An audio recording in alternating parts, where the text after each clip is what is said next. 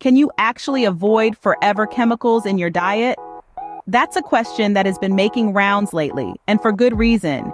You see, there's a group of synthetic compounds known as PFAS, short for per- and polyfluoroalkyl substances, that have earned the nickname forever chemicals.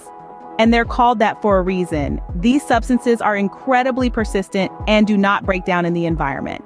Now, you might be thinking, so what? Why should I care about some chemicals I can barely pronounce? Well, that's where things get a bit alarming.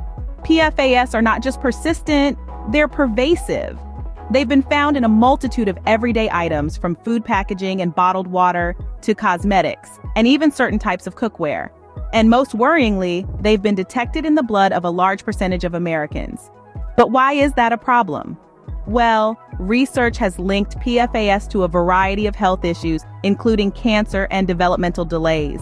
They are harmful to our health, and once in our bodies, they stick around for a long time.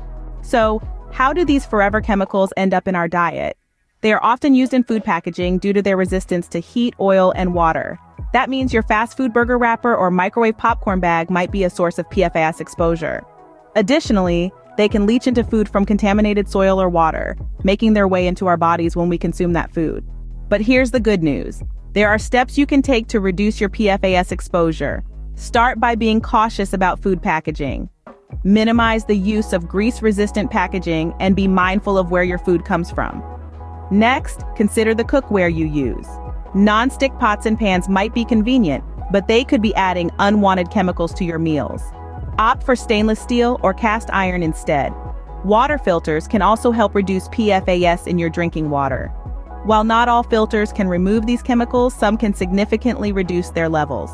Be sure to research and choose a filter that has been certified for PFAS removal. Lastly, check your cosmetics. Many makeup products have been found to contain PFAS, often without any mention on the label. Opt for PFAS-free cosmetics to reduce your exposure. In conclusion, while it may be challenging to completely avoid PFAS, it is possible to significantly reduce your exposure. Remember, every small step you take adds up, and together, we can turn the tide against these forever chemicals. So start today, make informed choices, and protect your health and the health of future generations.